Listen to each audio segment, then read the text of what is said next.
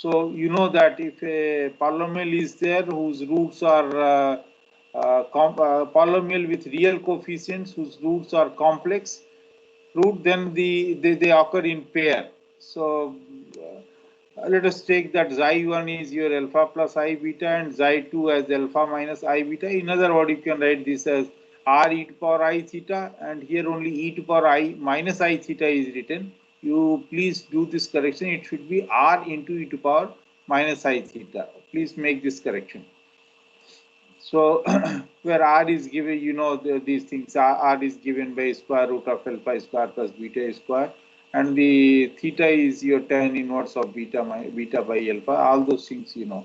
Basically, I'm just referring to the point that your multi-step method is your yn plus 1 equal to yn minus l plus h times summation k running from 0 to m running from 0 to k plus 1. Okay. So and gamma m f n minus m plus 1. Corresponding to this, we get the error equation will be of this form, that epsilon n plus 1 equal to epsilon n minus l. All these things we have done several times. Plus h lambda times 6, and then we put epsilon n as a to power a into z to power n, and then we get the solution of the type that a naught xi naught to power n, a1 xi1 to power n, and so on, ak xi k to power n, once it's a k step method. So if the two roots are if the one root is complex, then its conjugate will be there. So let us say xi naught and xi1 are the complex roots with their they are pair. In that case, these two combinedly can be written as a naught cos n theta plus a1 sin n theta. Another ai is not the same one. A naught cos n theta plus a1 sin n theta, and then magnitude of xi1, that is your r to power n basically. So these two combined, and the remaining will be as it is. If there are more number of pairs of the complex roots, accordingly that will also be modified, the solution. So this is just a note, nothing, we are not going to do much with that. So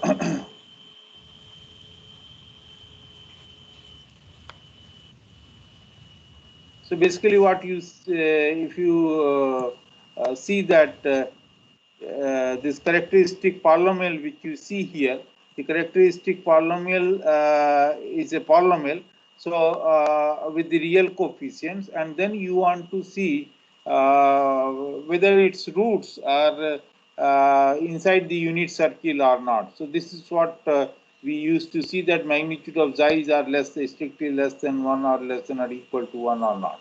So that that is the basic thing. So there are certain things which will be used from the complex analysis that is not taught much to you people. So I will just tell and then move further, because that is called the conformal mapping. Was that taught to you in your complex analysis, Mass 1, Mass 2?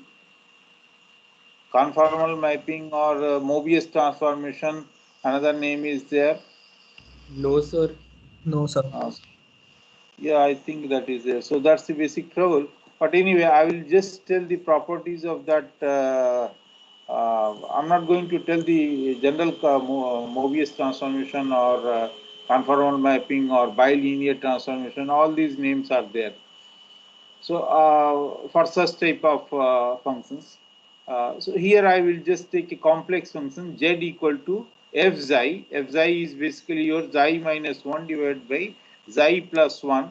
The reason behind that, why I was asking about the conformal mapping, so that you can understand what is written here. But anyway, that cannot be told to you.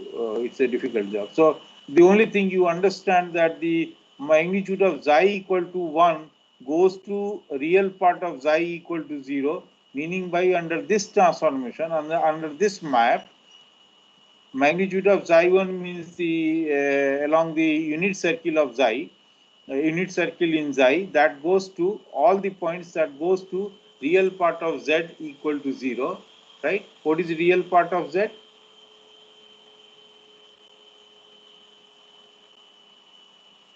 Which axis? Real part of z equal to 0 means what? Yes, anybody? The y-axis. Pardon me? The y-axis. Imaginary axis. Y-axis basically, Yeah. right? Yes. Is that right? Yes, sir. Yes. Okay. And then inside part of that circle is mapped to the inner part of your real z less than 0 means what? Left side of that.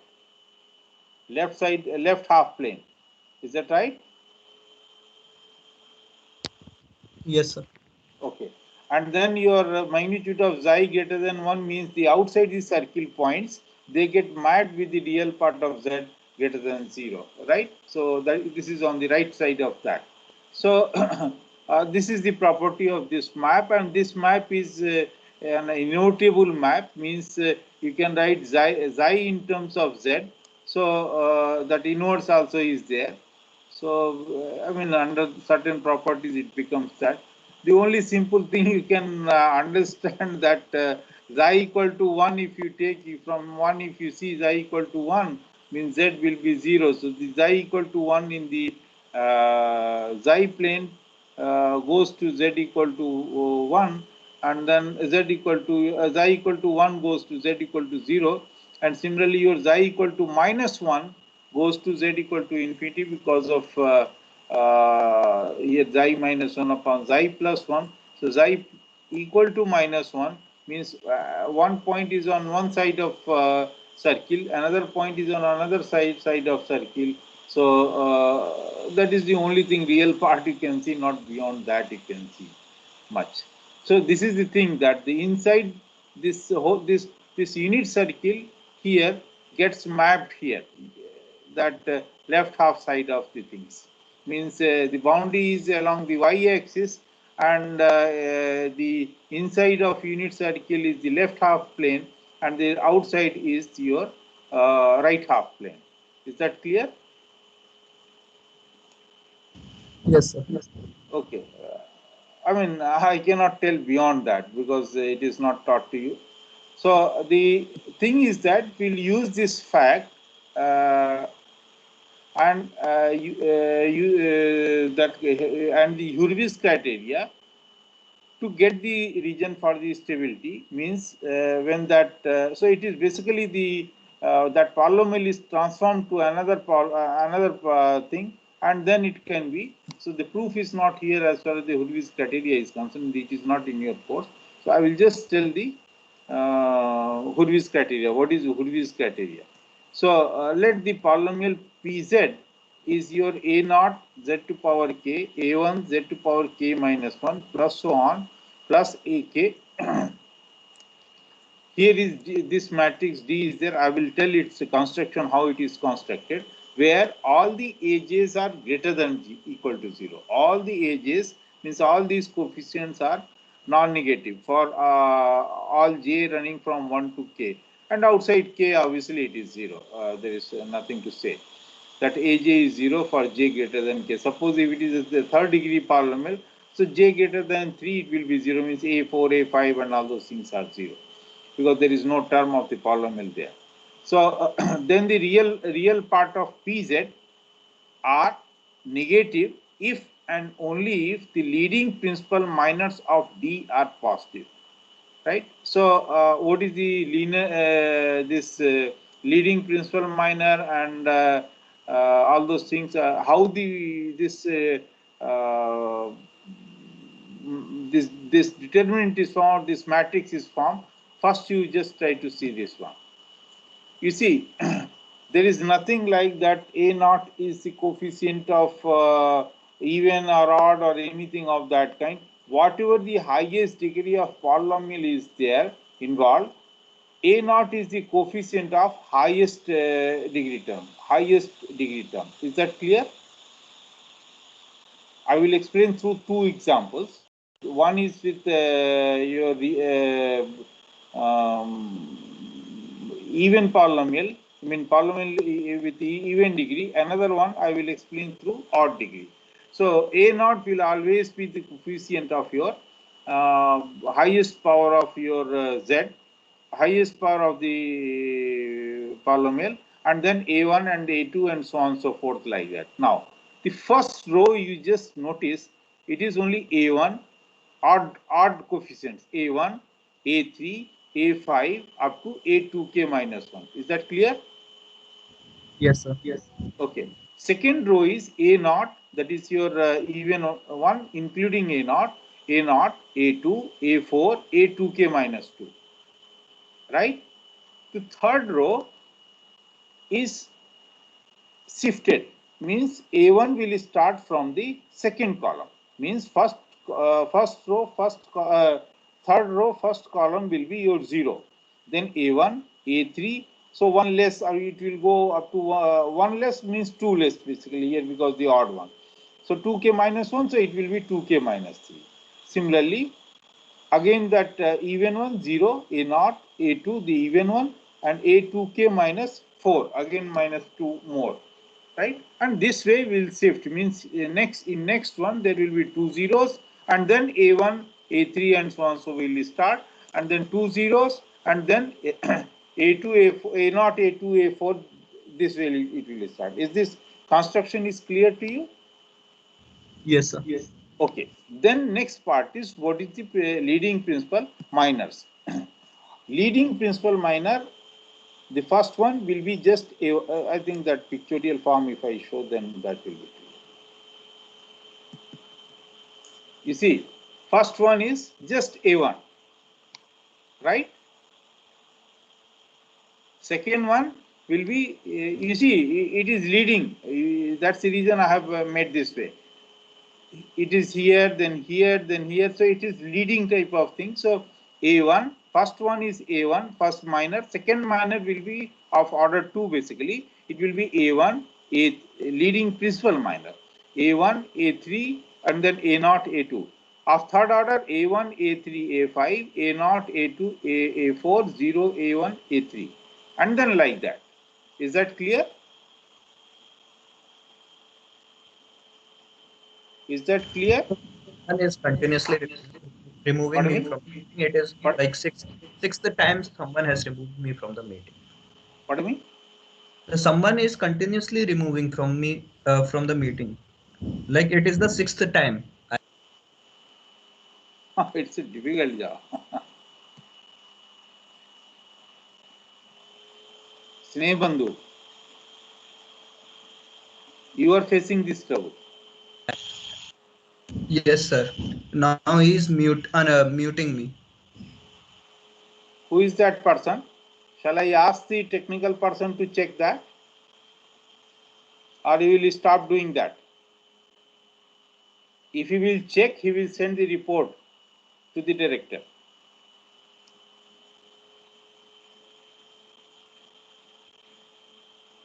Do you want? I want reply from the person.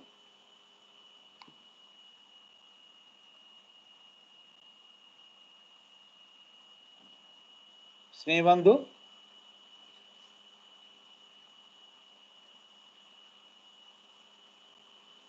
Snehbandhu? Yes, sir. Again somebody removed you? So I don't know why this is happening. Somebody is removing me continuously. Okay, then I am sending the information. I am sending a mail to the technical person. He will take care of that.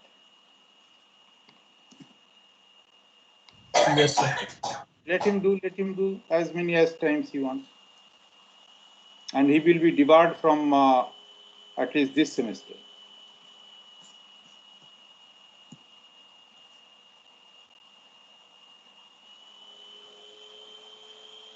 Okay, so this leading principal minor part is clear to everybody. Yes, sir. If this leading principal minor, all leading principal minors are positive, then the criteria says that if all the ages are greater than or equal to 0, then the real part of PZ are, sorry, here you just make the correction, it is not the correct one. The real part of roots of PZ. You please make the correction here. Write down on your register in the Hurwitz criteria real parts of roots of Pz.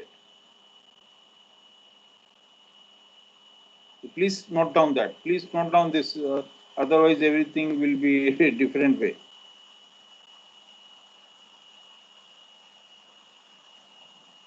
You people have noted down? Yes, sir. Yes.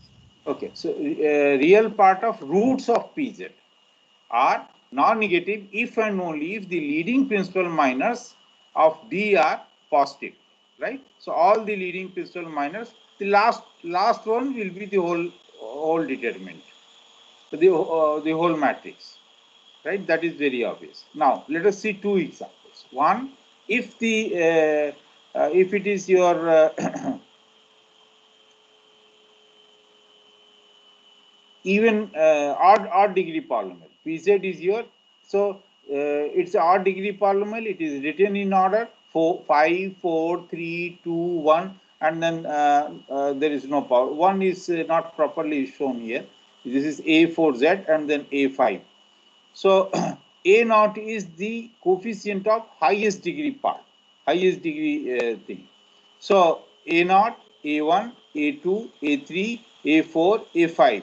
If any one of them is missing, for example, suppose Z power 5 is there, Z power 4 is there, but Z power 3 is not there. In that case, its coefficient will be taken as 0. Its coefficient will be, but that has to be, that will be your, if A3, that will be your A2. It cannot be anything else. So order has to be maintained. So the first highest A naught will be the highest degree polynomial, highest degree term coefficient, and accordingly you will move like this. And then you construct the matrix D, and then you can find out the leading principal minus, and here it will be your first one, it will be A1, second one will be A1, A3, A naught, A2. It will be a 5 by 5 matrix because your polynomial is of fifth degree. So accordingly, it will be 5 by 5. There it was K by K, polynomial was K degree polynomial, and then D3 will be accordingly that, and then D3, D4, and then D5, delta 5 is the full matrix. Only one is there. Okay. That even one is here, where I have explained that matrix, that leading principal minus. A naught, it is the even one. Z to power, it's a of degree 6. A naught, Z to power 6. A1, Z to power 5. Here you see A2, Z to power 5. It has not hasn't come completely. A2, Z to power 4, but your Z cube term is not there. So that I have skipped. So basically it is plus your A cube will be, A3 will be 0 and Z cube. Is that clear? Yes, sir. A3 is there, but that will be 0. A3 is there, but that will be 0. Is that clear? Yes, sir. Okay. So, and then your A4, A5, everything is there. There is no trouble at all. So here A3 is written, but this will be 0. This will be 0. Right? Yes, sir. So we'll see one problem, and then, so I will just share the another one.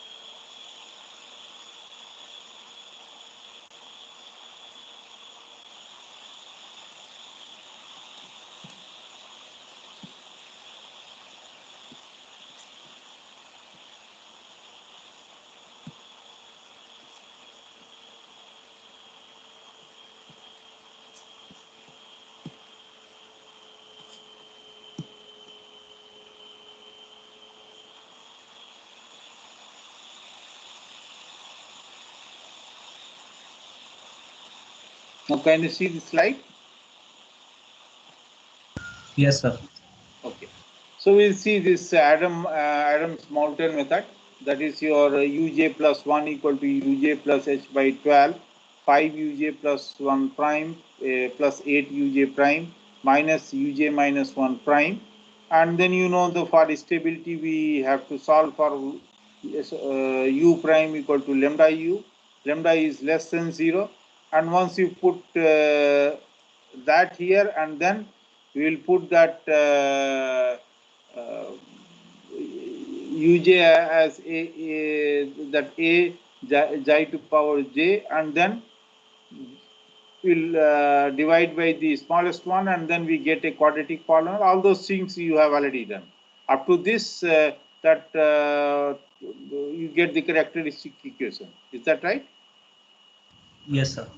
This has been done several times earlier also. Now, what we'll do, we'll put that xi equal to 1 plus z upon 1 minus z. So, xi square will be your 1 plus z square divided by 1 minus z square. Keep that in mind. This is a complex one, not that real one. So, 1 plus z square plus 2z and 1 minus z square I have just written as it is. Now, put this xi and xi square here, and then see what is happening, and then multiply throughout by 1 minus z square, and then you get, shall I explain this, or you can understand this? You see that xi square is there, so it is your 1 plus z square plus 2z into this quantity, and then here only xi is there, so 1 plus z is there, 1 minus z, it will be multiplied, so it will be your 1 minus z squared, and then this coefficient is written, and then here the whole term is written here, that is 1 plus z square plus 2z. So and then collect the coefficient of z squared, then z, and then the constant term. So this way we get z square into this quantity, 2z into this quantity, means the coefficient of z will be 2 times this. So this will be your a naught. The first one, this will be your a naught. Next 2 times this quantity, that is 1 minus 5 by 12 lambda, all these things will be your a1, and next one will be your a2.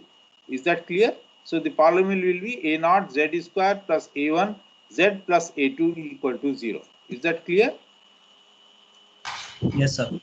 So how that matrix will be? Can anybody form the matrix? It will be 2 by 2 matrix. Yes, sir. Because it's a second degree polynomial. Yes, sir. So first term will be a1. First row, first column will be your a1, and then next will be a3. Next should be a3. No, sir, it should be 0. Oh, that's wait. That is, so it should be a3, but a3 is not there. A3 is 0 because aj is greater than 0. Aj is equal to 0 when j is greater than k. So this will be 0. Is that right? Is Yes, that sir. right? Okay. Then second row, first column will be a naught, A2, then A2. a2. That's all. This will be a 2 by 2. Your matrix is ready. So first leading principle is your a1. So a1 has to be greater than, a1 should be greater than 0. 0. That's right. The next one will be the a1, the full one. So that will be A1. your a1, a2 should be greater than 0. Right? Right? Yes, sir. And all the ages are greater than 0 up to j less than or equal to k. Right?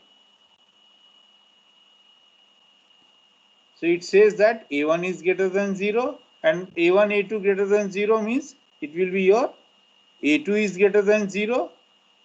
This implies the second part, and then and then what else?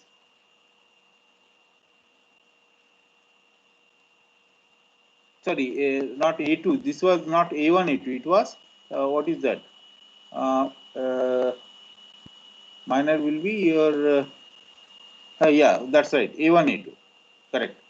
So it will be your A2 is greater than 0, and what else left? A0. Hello. Yes, sir. So what about A0? It has to be greater than or equal to 0. That is the criteria of the Hurwitz criteria, that all the Aj's are greater than or equal to 0. Yes, sir.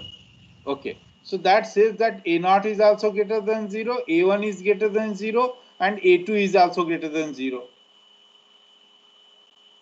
Right? Yes, sir. All the AIs are in front of you. Tell me the final condition. All the AIs means this is greater than 0, this is greater than 0, 2 times that, so obviously this also, and then this quantity is also greater than 0. So combinedly tell me the combined criteria for that.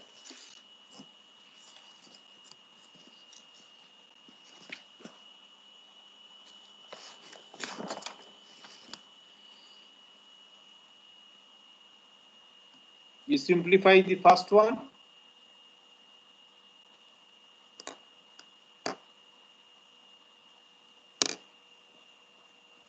Here it is already simplified form is written here, that 2 plus lambda h by 3 z square, 2 minus lambda h, and minus lambda h equal to 0.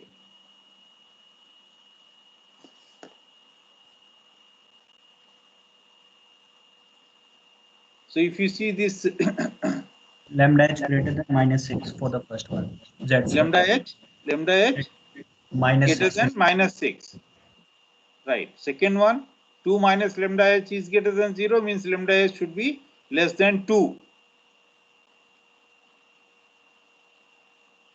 But you want lambda, but at the same time you see A0, sorry, A3, A2. So A2 is what? Minus lambda h greater than 0. That is your lambda h less than 0. Yes, sir. Lambda h less than 0. So basically we have got that lambda h is less than 0 and greater than -6. This is the interval of absolute stability, because for this reason all the roots will be inside the unit set. Is that right? Yes, sir. Yes. Okay. Now there are one or two more things. That is very obvious thing. The way for this is for K2 means the second order polynomial, you have already seen that we have got this type of thing: A0 greater than 0, A1 greater than 0, A2 greater than 0. This is also very obvious for K equal to 1, A0 greater than 0, A1 greater than 0. If it is just a linear one. Do you want to check it? No, sir. It is very obvious. If you go for third order, so you will get the following. It is given in your book, this criteria. But it comes from this 3 by 3 matrix which you get by applying that Hurwitz criteria, that A0 greater than 0, A1 greater than 0.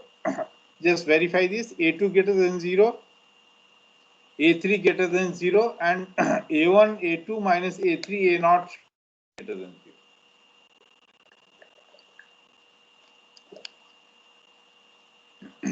You can just verify that.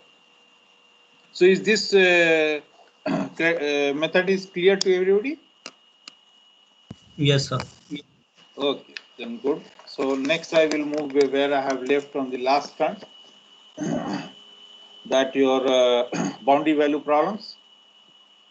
So corrections, whatever I have told you, please make those corrections, especially in your Hurwitz criteria, that it was written that real part of PZ, but that correction is your real part of roots of PZ. Is that right? Yes. Okay. Now I will just close this one and then I will share another one.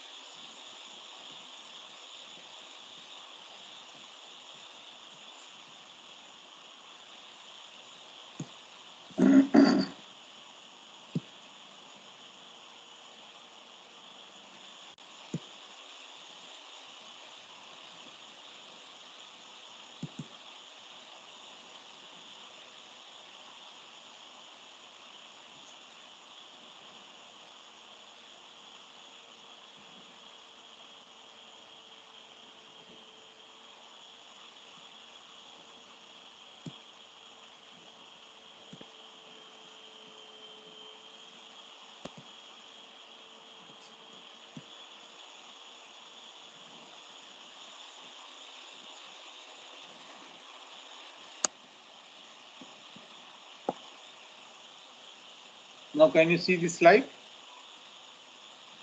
Yes, sir. Yes. Okay. So this was the thing which we were discussing on the last run, and this we have done several times. That yx plus h, we have written the Taylor expansion for yx plus h, and then yx minus h, and then we have added that on the last run to get that central difference approximation for your y double prime, right? And then we have solved one problem that y double prime equal to 2 with certain boundary condition y0 was given, y1 is given. Is that right? Yes, sir. This boundary condition is called the boundary condition of first type. Boundary condition of first type. There is another name by the mathematician. This is called the Dirichlet boundary conditions. It will come. I will Dirichlet. So Dirichlet boundary condition. Now next we'll see one more which we have already seen, that thing that if we subtract these two, what we will get? If we subtract these two while deriving that midpoint method, we have done that thing. If we subtract these two, this will be yx plus h minus yx minus h. This y will get cancelled out, and this derivative hy prime, this will be 2 times 2 hy prime. And then your this quadratic this second derivative term will go off, and then you will get that you may stop at this, you may rather truncate at this position itself instead of going up to order 4. So in that case, or you may go up to 4, but order HQ will be the error here, so you cannot work beyond that. So you see that yx plus h minus yx minus h is 2hy prime plus 2h cube by 6 y triple prime or y triple prime x y triple prime, right? Is that clear? This is very obvious from here. If we Yes. we subtract these two, this will be, this is gone. This will be 2hy prime, and then your h square term will go off, so it will be your 2h cube by 6 or 3 factorial, whatever you call it. So this is what is written: 2hy prime plus 2h cube by 6 y triple prime x, right? So if we write this y prime x as, it is not written here, y prime x as yx plus h minus yx minus h divided by 2h, so approximately means that will be your approximation for y prime. There are 3 types of approximation for y prime. One you have used for forward Euler formula. Second one you have used for backward Euler formula, and this third one which I have just told you have used for central difference. For your midpoint method. So I'm just reminding that again. Forward one will be your, from the first one, that is your yx plus expansion of yx plus h equal to yx plus h times y prime x. From here, if you see y prime x, if we write approximately as yx plus h minus yx divided by h, so this will be one approximation for y prime, and this is called the forward difference approximation for y prime, and the error will be of order capital order H only, that you know in your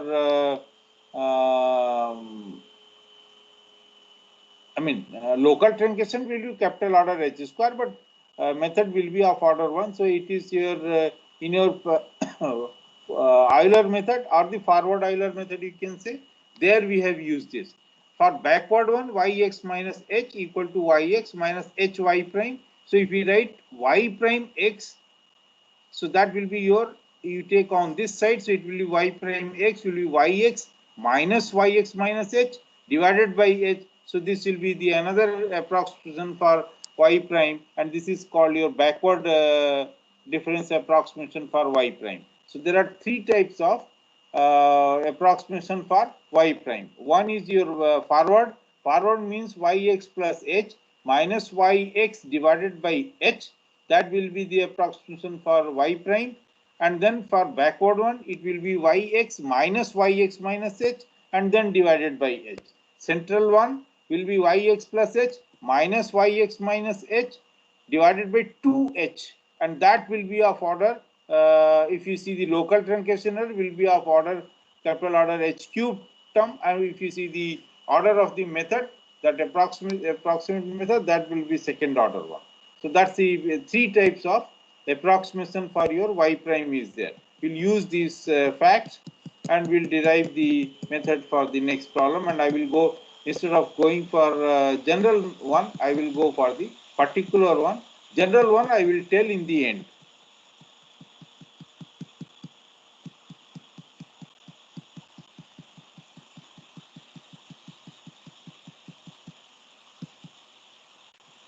So let us take this problem. Here you see one of the boundary condition is y prime 0 equal to 0. Is that right? Yes, sir. Yes. Before that, you have seen the boundary condition was y0 equal to something and y1 equal to something. That was of first kind. This is of second kind. This is of second kind. It may have derivative at both the ends, derivative conditions, or it may have at only one end, right? Yes, sir. Now, if you remember the earlier one, earlier it was y0 equal to something, right? Now, once you put k equal to 1 in the equation, you get that y naught. So y naught you directly put whatever the value you have got. If I just go back to the previous problem, here you have written h square yk double prime, everything is there. Here y0 is 0. So in that case, once you put k equal to 1 in this, this is called the difference equation. In the difference equation, once you put k equal to 1, this is your y naught. So that is 0, so that it goes off. So here you can put the value directly. Now if you put k equal to 1, it will be y naught, but in the second problem, y naught is not given. It is given as y prime 0 is given. Y0 information is not given to you, right? So you cannot do that.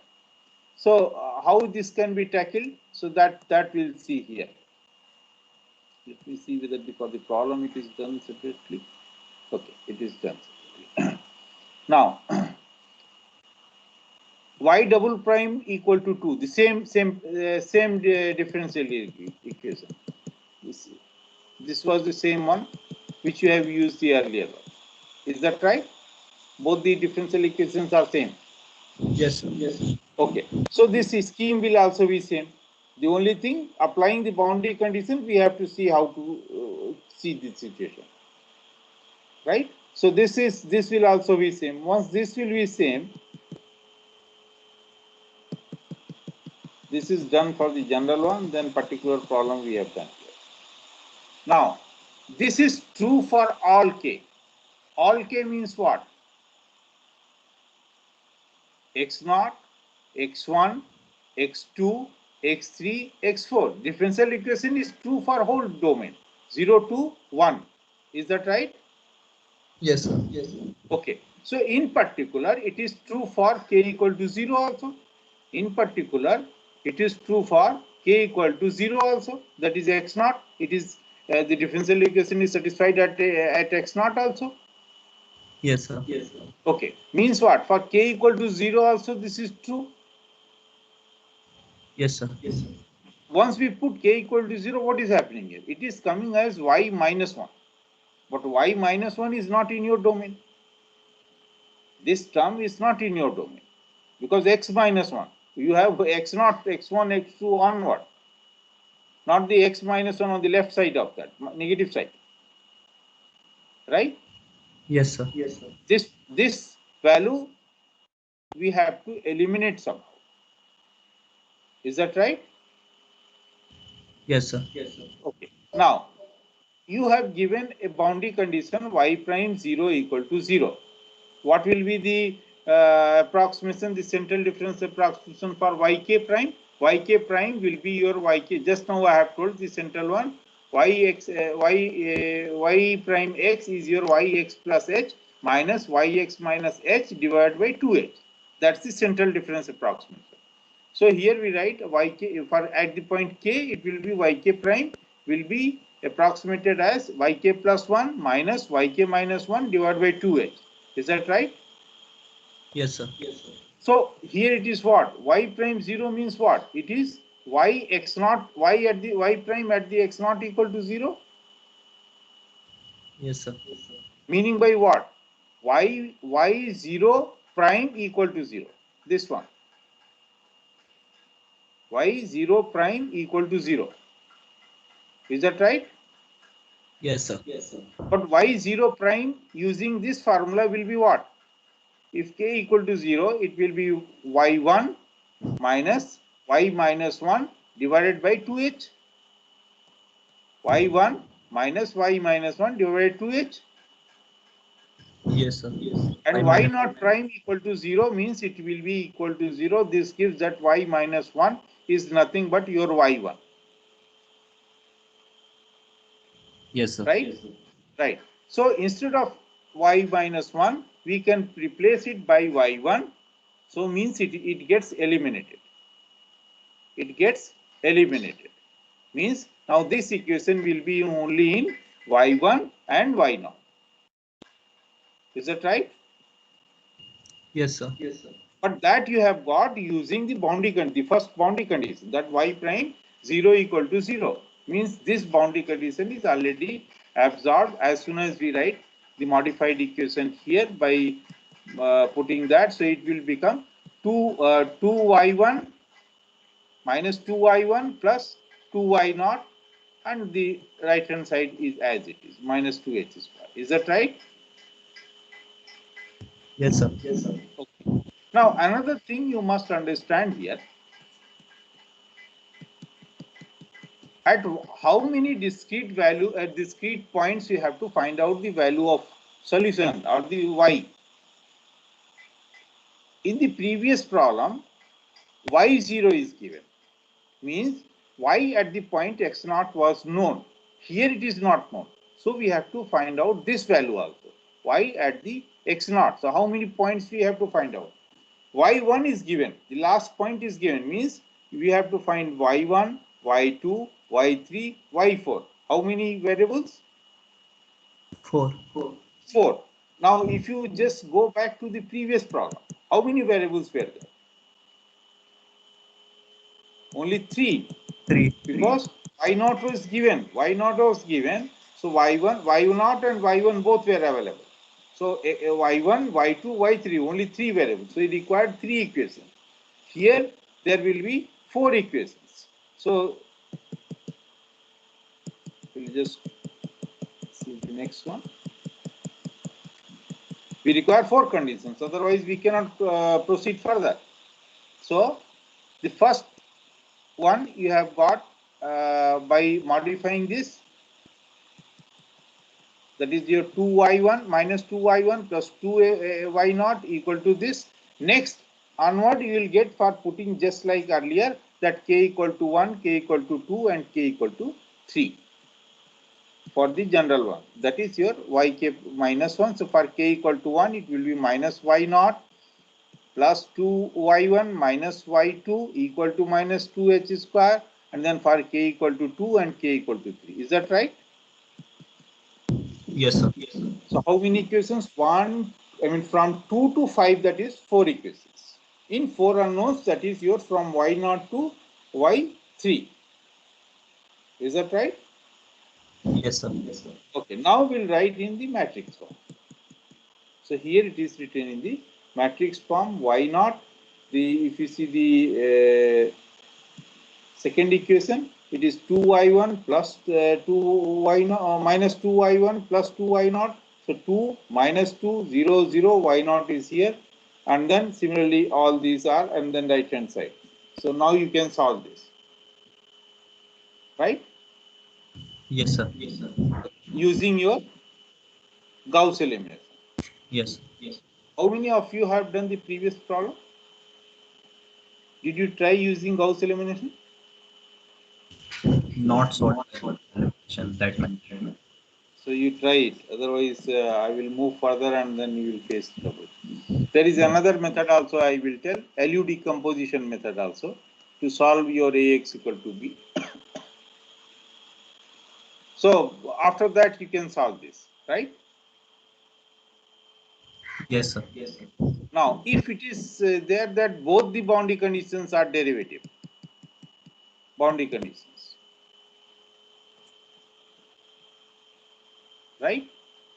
Then exactly the way we have done on this side, we'll do on the other side also, that is y prime 1 equal to 2. Here also we'll do, right?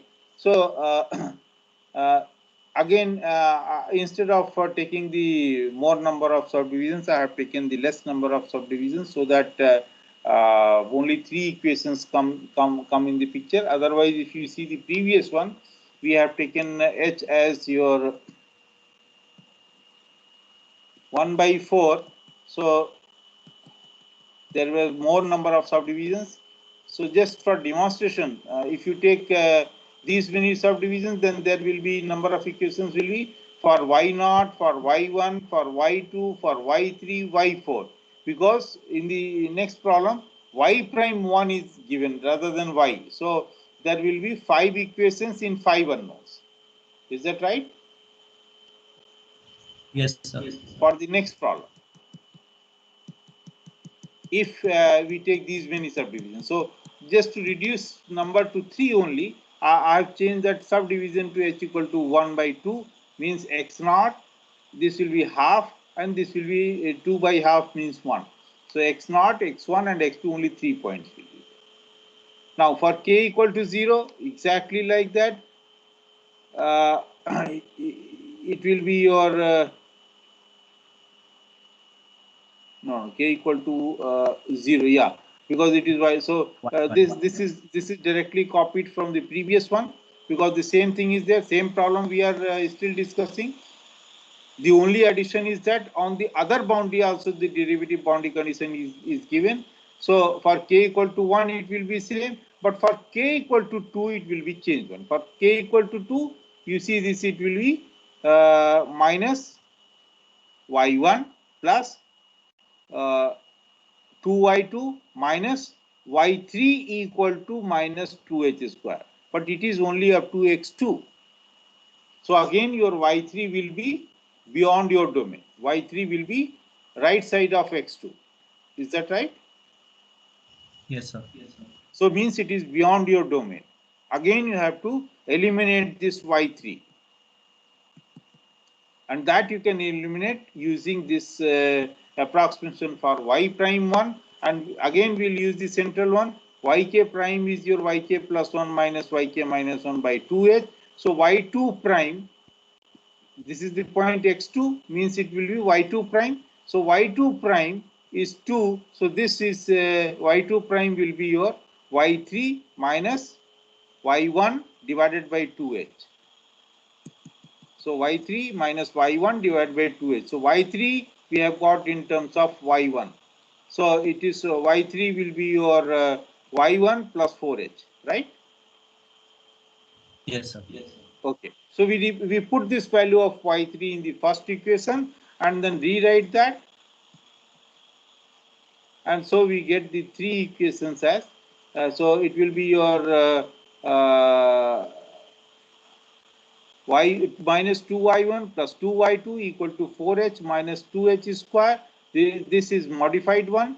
Once we put this y3 value as y1 plus 4h, right? And then the other two are there. That is your 1 and 2. Only third one is modified. So 1, 2 and the next equation which we have got after eliminating y3. So we have got here that third equation 2y1 plus 2y2. So we write this in the matrix form and then you can see that you can solve this. Just check whether it has the unique solution or not. This system of equation 4. Quickly check. How will you check that?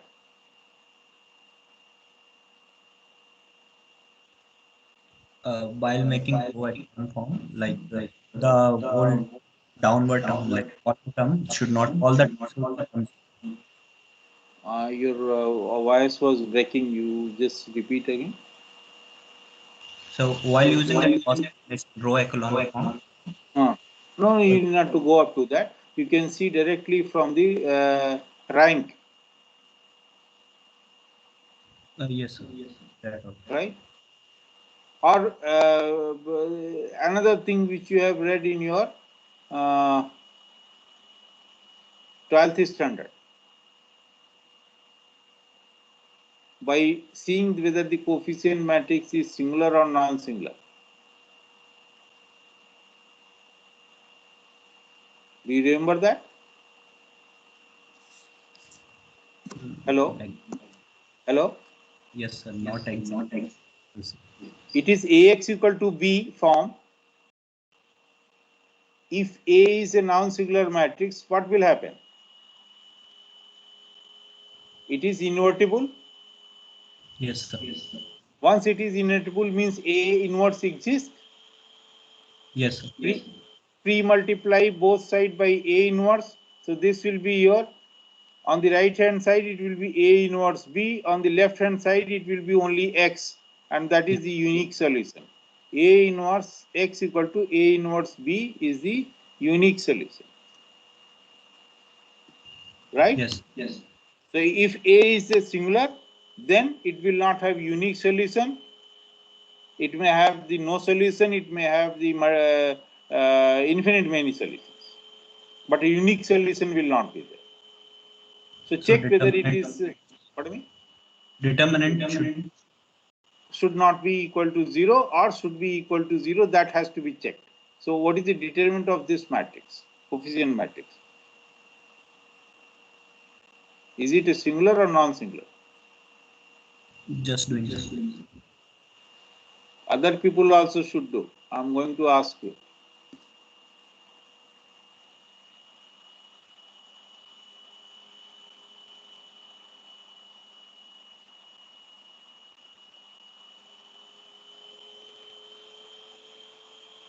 Determinant is 0 means it's a singular one. It will not have unique solution.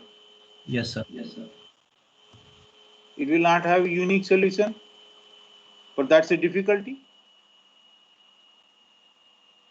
It may converge once to another one solution. It may converge to another solution. It may you may get another solution. And Yes, the sir. reason behind that. So you have been given the differential equation along with the boundary condition. What will be the general solution of or the particular the solution of this differential equation with these two conditions? How will you find out? Integrate this twice, y double prime equal to, you have already done that.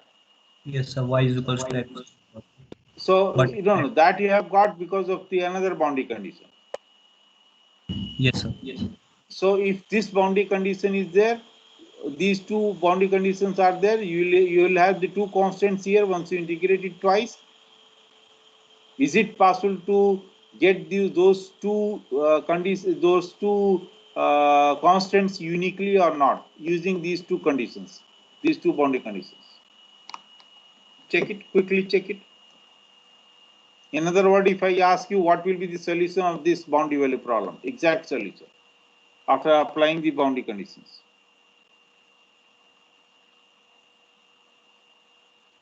So if, if you integrate once, it will be your 2x.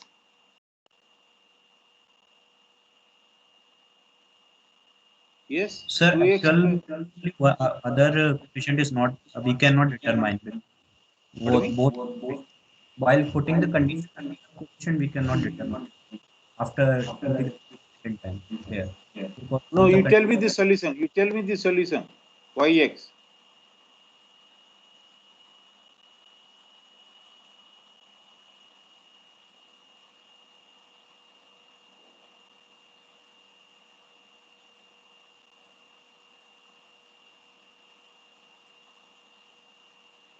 so solution is y is equal to x square plus c2.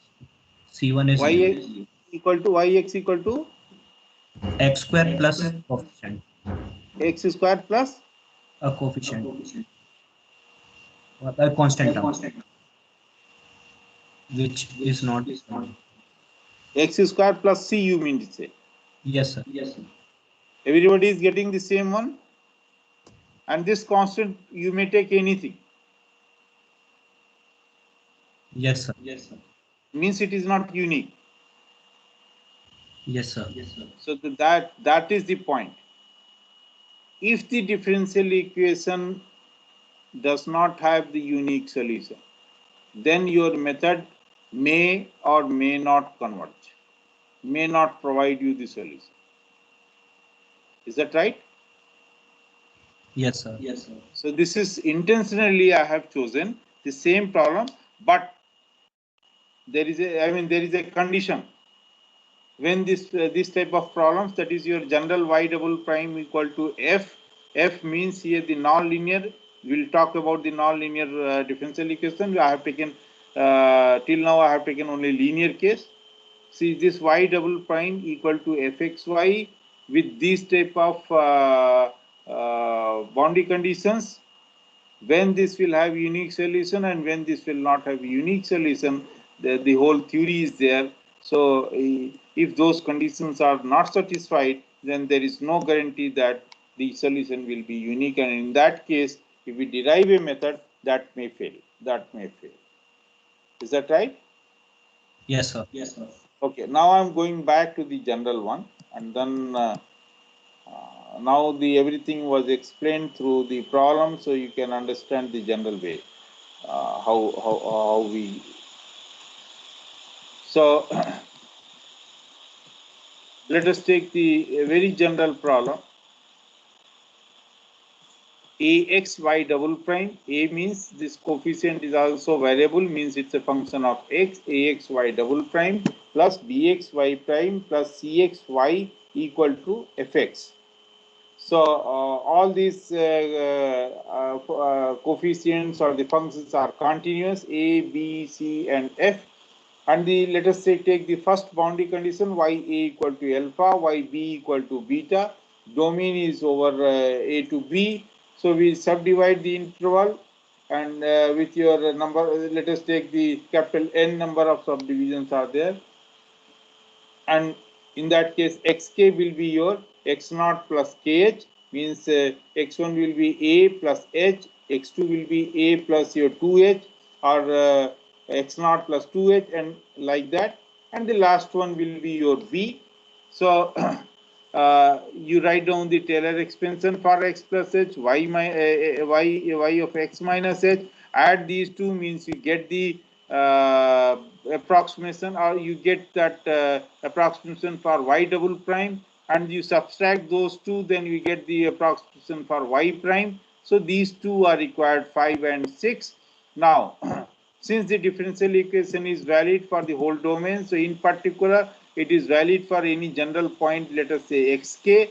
So I have taken the notation axk as ak, y double prime xk as y double prime k, bxk as bk, y prime xk as y prime k, cxk as ck, and then y prime xk as yk, and then f of xk as fk. So with this notation,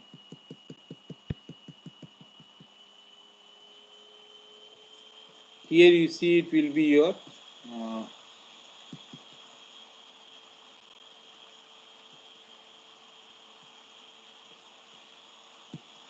there is one more thing. I have after writing that, I have multiplied throughout by h square. So finally we will get the following thing. H square first was axk yxk double prime, so it is replaced by ak yk double prime. Similarly, h square throughout it is multiplied, h square bk yk prime plus h square ck yk equal to h square fk. This h square suitably I will just change it this way, because you see that 2hy prime is there. So 2hyk will be your yx plus yk plus 1 minus yk minus 1 plus 2h cube by 6 yk triple prime. So keeping that in mind, I have just break this 2h yk prime, and then here with this bk it will be h by 2 bk, and rest are as it is. So h square yk double prime I will put from here. H square y double prime is your yk plus 1 plus yk minus 1 minus 2yk minus h to power 4 by 12, and then fourth derivative of y with xi. So at the point xi, so this is what I have written. Ak h square yk is written inside the bracket. Yk plus 1 plus yk minus 1 minus 2yk minus h to power 4 by 12, fourth derivative of y at the point xi k, plus next term is your h square bk yk, which I have breaked into this part, and 2h yk prime will be your yk plus 1 minus yk minus 1 and minus 2h cube by 6. So yk plus 1 minus yk minus 1 to minus 2h cube by 6, and the last term is your h square ck yk and equal to h square fk. Is that right? I have just put everything there with the local truncation. Yes, sir. Is this clear? Yes, sir. Okay. Next, we'll just collect the coefficients of your yk minus 1, yk plus 1, and rewrite it. So coefficient of yk minus 1, if you see, here it is ak, and then yk minus 1 is minus h by 2 bk here. So ak minus h by 2 bk, yk minus 1, and then similarly you collect the coefficient of yk, it will be your 2 minus 2 yk minus h square ck, and similarly yk plus 1. Rewrite everything on the right hand side.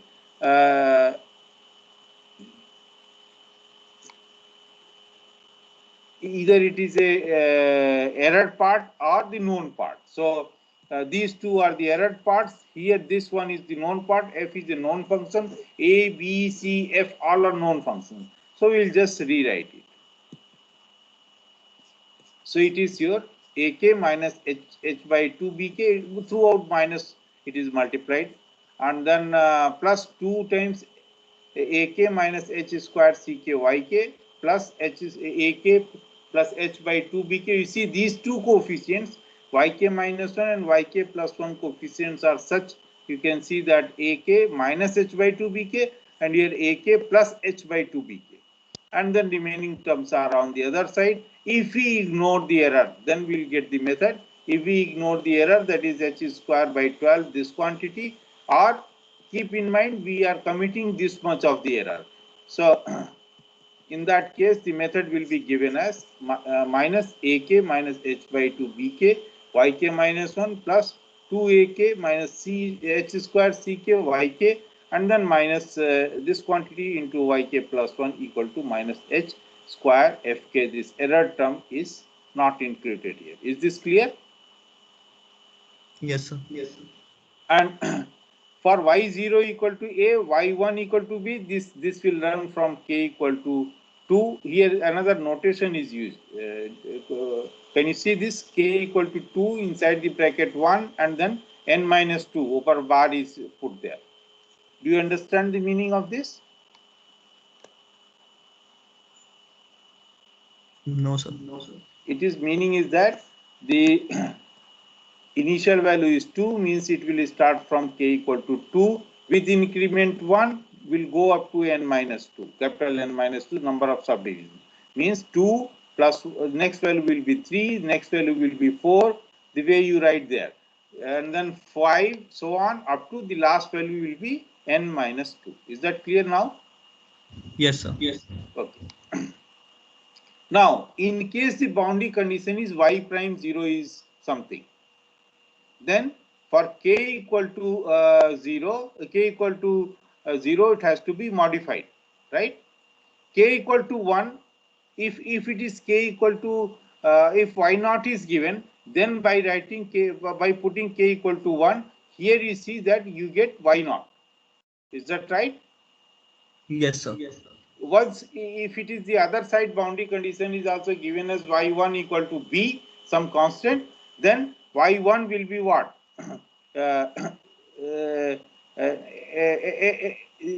N number of subdivisions are there. So y1, yn is your b. So k equal to, once you put k equal to your n minus 1, then it will be yn, the last one. So that's the reason I have separated it. So for k equal to 2 onward up to n minus 2, the general one. For k equal to 1, it has to be modified depending on what boundary condition is given. For last value of k, again the k equal to your n, it has to be modified. So accordingly, it has to be modified. Is that clear? Yes, sir. Okay, so you just go through the thing. Once I have, then it is written in general form. This tri-diagonal matrix, all those things I have already explained on the last one. So just go through this and do the problems. Certain problems are given in your book also.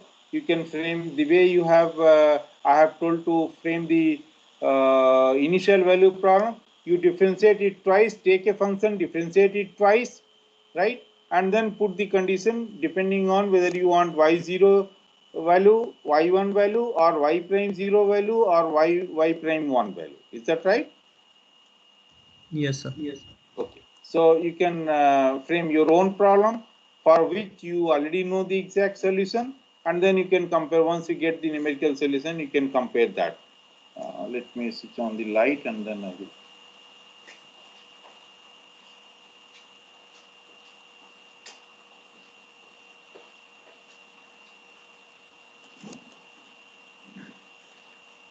Okay, so next I will tell you this LU method, LU decomposition method.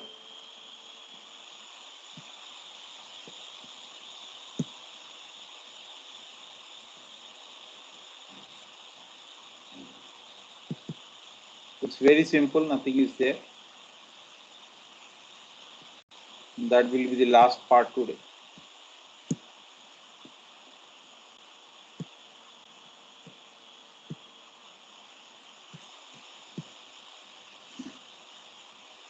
So basically, very simple. It's a left-hand job. You can enjoy with that. Whether the slide is visible to you people? Yes, sir. Okay. You see, your AX equal to B is given, and determinant of A not equal to 0 means the unique solution is there. And then we'll write this matrix A, the coefficient matrix, as L into U, where L is an upper triangular matrix and U is an, sorry, L is your lower triangular matrix and U is an upper triangular matrix, right?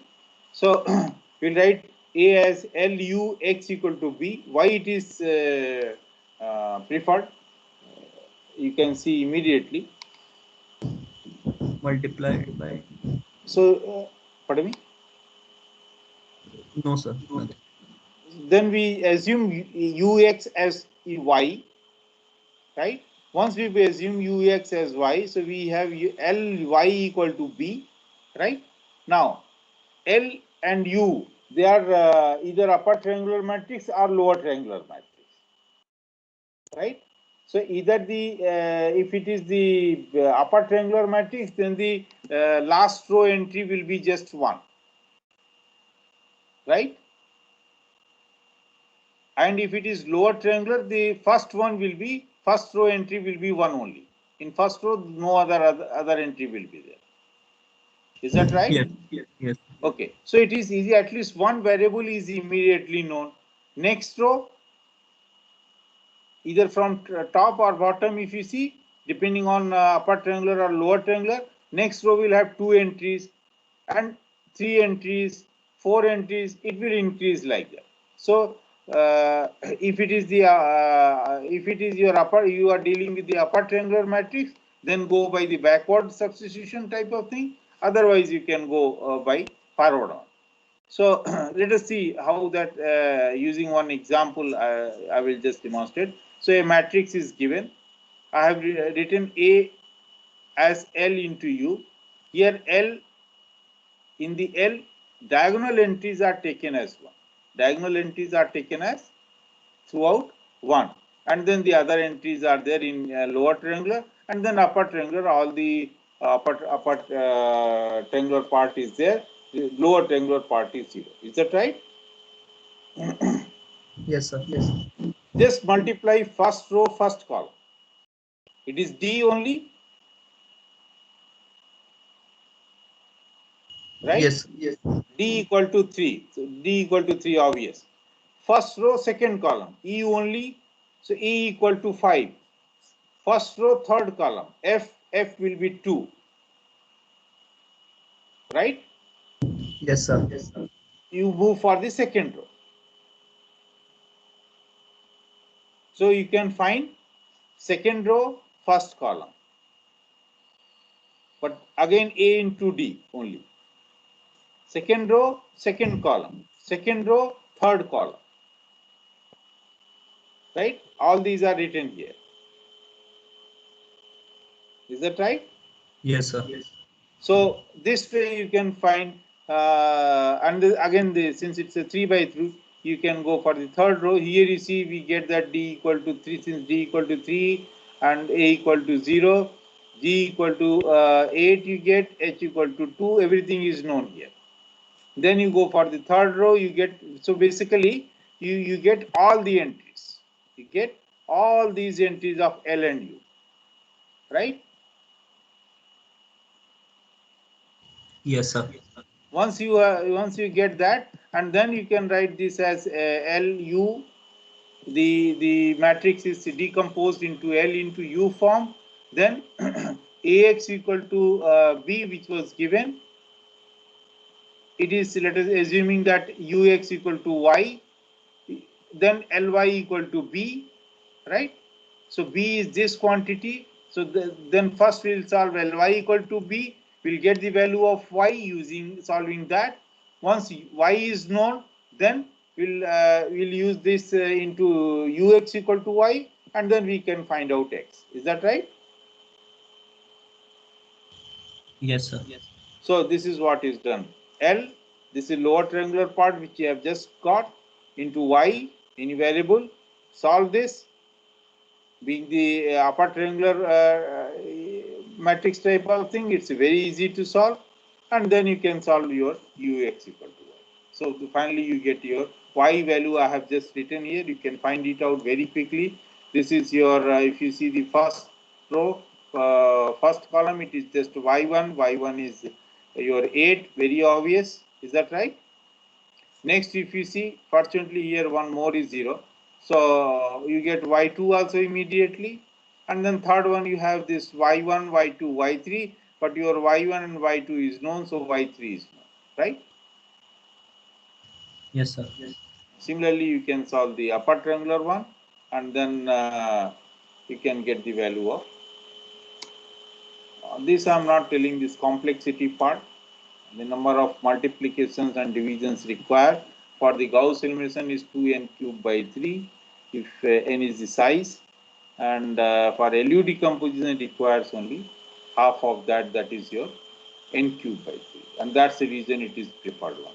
But the another thing is that more the type of method we have developed is a sparse type of matrix, means several entries are 0. So in that case, we can use the Gauss elimination also. That is called the Thomas method for this tri-band or 5-band matrices, right? Yes, sir. Okay, so you apply Gauss elimination, you apply this LU decomposition to solve that AX equal to B. So basically what we have done, that we have reduced the differential equation or the boundary value problem into the system of algebraic equation of the form AX equal to B. We solve that this algebraic equation and get the values of Y at discrete points. So we get the solution at discrete points of the differential equation, right? Yes, sir. So for today, it is more than enough. I will close at this point. But before that, your queries were there for that one problem, part B. I mean, the number was, I think, third question, or what was that? So actually, it was like 20 minutes for everyone. In question, it was written. Anyway, not the full problem was there. It was a part of one problem, basically. And Yes, sir. once it got reshuffled, then if the sequence changes, then that loses the meaning actually. So that question is dropped. That was just 1 mark question. So the total mark was only 19 mark instead of 20. And sir, one more thing, sir. You told that the syllabus is still lecture 5, including stability of multi-step, but there was like one question of simultaneous equations. No, that is there. He has already sent that. I think that system of differential equations. That I have already told you. That that was taught here. That was your reduction of higher order differential equations to system of differential equations. So except that stability, everything was there. Stability of multi-step method. Yes, sir. So except that, everything was there. This is what was told to you. And he has sent also something, na? That syllabus, Professor Murthy. Yes, sir. So I think it was included in that also. Yes, sir. So, sir, only that one question is dropped for Pardon 1 me? mark. Pardon me? Only one question is dropped, 1 mark question. Yeah, that is because people face those. For those, it came before that problem, so they could not do that. Yes, sir. So that was. So it is basically now 19 mark questions, 19 mark paper. Yes, sir. So I'm leaving now. Okay, thank you. Thank you, sir. Sir, all